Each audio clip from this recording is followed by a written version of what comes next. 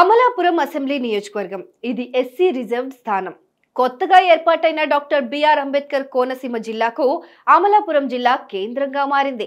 ఈ అసెంబ్లీ నియోజకవర్గంలో ఇప్పటి వరకు జరిగిన ఎన్నికల్లో 5 సార్లు కాంగ్రెస్, 3 సార్లు టీడీపీ, 2 సార్లు వైసీపీ అభ్యర్థులు గెలుపొందారు.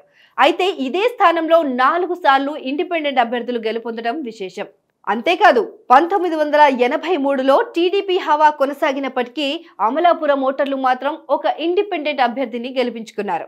ఇప్పటి వరకు జరిగిన ఎన్నికల్లో వచ్చిన తీర్పును బట్టే అర్థం చేసుకోవచ్చు అమలాపురం ఓటర్లు ఎంత భిన్నంగా చైతన్యంతో తమ ఎమ్మెల్యేను ఎన్నుకుంటారని.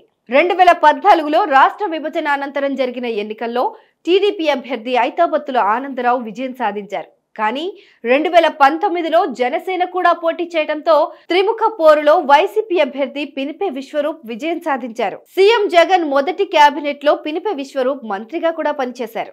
ఇక 2024 ఎన్నికలో ఎలాగైనా అమలాపురం సీటును కైవసం చేసుకోవాలని వైసీపీ, తెలుగుదేశం పార్టీలు పోటీ పడుతున్నాయి. పొత్తులో ఈ సీటును జనసేన కేటాయిస్తున్నారని ఊహాగానాలు వినిపించినా చివరికి టీడీపీనే బరిలోకి దిగింది.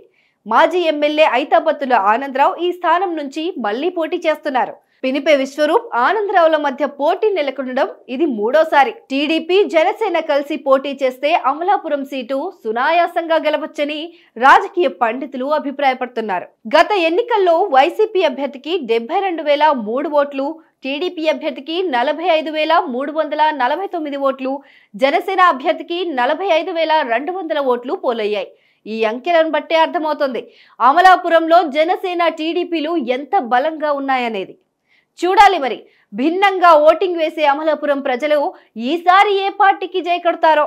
అధికారం కట్టబెట్టేది శాసించడానికి కాదు, పాలించడానికి. 5 ఏళ్లకు ఒక్కసారి చేతికొచ్చే ఆయుధం అసమర్థుని ఆదుకోవడానికి కాదు, దమ్మున్న నేతని ఎన్నుకోవడానికి. ప్రజాక్షేత్రంలో ఎంతటి ఘనుడైనా మట్టి కొరగొచ్చు, మట్టి మనుషులకు సైతం పట్టం కట్టొచ్చు. ఎవరిని సింహాసనం ఎక్కించాలో, ఎవరి మెడలు వంచాలో ప్రజలకు బాగా తెలుసు. ఇప్పుడు సమయం ఆసన్నమైంది. ఈసారి ఎన్నికల్లో ఏ పార్టీ సామర్థ్యం ఎంత, ఏ నియోజకవర్గంలో ఎవరి బలగం ఎంత, ప్రతి నియోజకవర్గంలో ఒక్కో నేత సత్తా ఎంత, గతంలో చేస్తానని చెప్పిందెంత, చేసిందెంత, చెయ్యబోయేదెంత, సూటిగా సుత్తి లేకుండా చెప్పడానికి మేము రెడీ. మీరు రెడీనా?